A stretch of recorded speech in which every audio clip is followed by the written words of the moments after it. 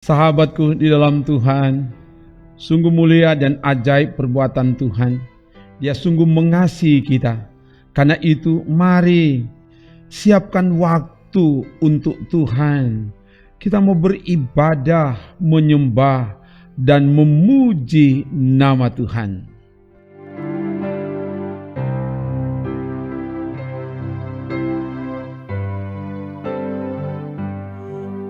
Aku suka membagi pada orang tak punya, agar Tuhan dipuji tiap orang di dunia. Janda miskin pun layak persembahan, syukurnya memberi lebih banyak daripada yang kaya.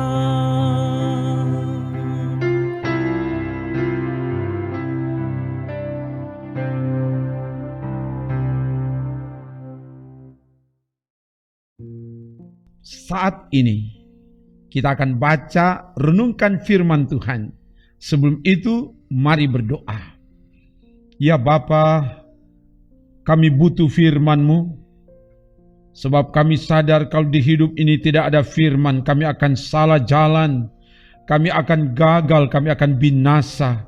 Dalam keyakinan iman itulah maka saat ini kami akan baca renungkan firman. Biar roh Tuhan singkapkan kebenaran firman dan beri ketaatan kerelaan kepada kami untuk melakukan firman-Mu di hidup ini. Ke dalam kuasa-Mu Bapa hamba serahkan dalam nama Tuhan Yesus. Haleluya. Amin. Bacaan firman Tuhan hari ini dari Pengkhotbah pasal 11 ayat 1 sampai 2. Begini dikatakan, lemparkanlah rotimu ke air, maka engkau akan mendapatnya kembali lama setelah itu. Berikanlah bahagian kepada 7 bahkan kepada 8 orang, karena engkau tidak tahu malapetaka apa yang akan terjadi di atas bumi. Demikian firman Tuhan. Sahabatku di dalam Tuhan, Tuhan menempatkan kita ke tengah dunia yang penuh dengan misteri, sulit untuk diprediksi, sulit untuk diduga apa yang akan terjadi. Karena memang sebagai manusia, kita sangat terbatas untuk menyelami dan memahami rancangan Tuhan. Ditambah lagi diperhadapkan dengan pergumulan dan penderitaan. Menyikapi keadaan tersebut, terkadang orang bersifat pesimis, masa bodoh, tidak mau berbuat apa-apa, tidak ada semangat hidup lagi, tidak mau bekerja. Dalam kondisi seperti itu firman Tuhan disampaikan, lemparkanlah rotimu ke air. Salah satu arti dari kata Ibrani untuk roti adalah butir-butir gandum yang dapat dipakai untuk membuat roti.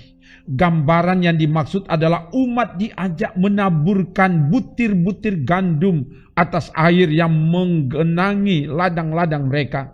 Kelihatannya butir-butir gandum itu tenggelam dan dilupakan.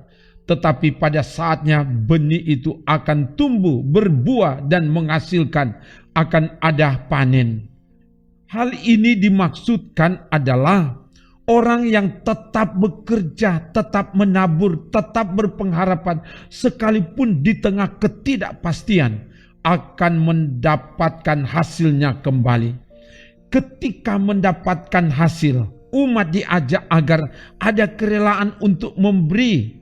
Berikanlah bahagian kepada 7 bahkan 8 orang, karena engkau tidak tahu malapetaka apa yang terjadi di atas bumi. Ayat 2, artinya berkat Tuhan tidak hanya untuk dinikmati sendiri, tapi ada kerelaan untuk berbagi dengan orang lain. 7 bahkan 8 orang. Artinya dari hari ke hari bertambah, bukan berkurang kerelaan untuk memberi. Sebab kita tidak tahu apa yang akan terjadi hari esok. Bisa saja kita membutuhkan pertolongan orang lain. Seperti kata firman, hendaklah kelebihan kamu mencukupkan kekurangan mereka, agar kelebihan mereka kemudian mencukupkan kekurangan kamu, supaya ada keseimbangan. 2 Korintus 8 ayat 14. Keluarga yang dikasihi dan diberkati Tuhan, firman Tuhan hari ini menasihati dan memotivasi kita agar tetaplah semangat, tetap optimis, tetaplah bekerja, dan tetap berpengharapan kepada Tuhan. Maka kita akan mendapatkan hasil dari apa yang kita kerjakan. Ketika terima berkat Tuhan, hendaklah ada kerelaan untuk memberi. Sebagaimana juga tema ibadah kita hari ini, tetaplah bekerja dan rela memberi. Kerelaan untuk memberi, kerelaan untuk berbagi. Sebagaimana pujian tadi, aku suka membagi. Ketika orang batrima, orang juga harus ada kerelaan untuk bakase.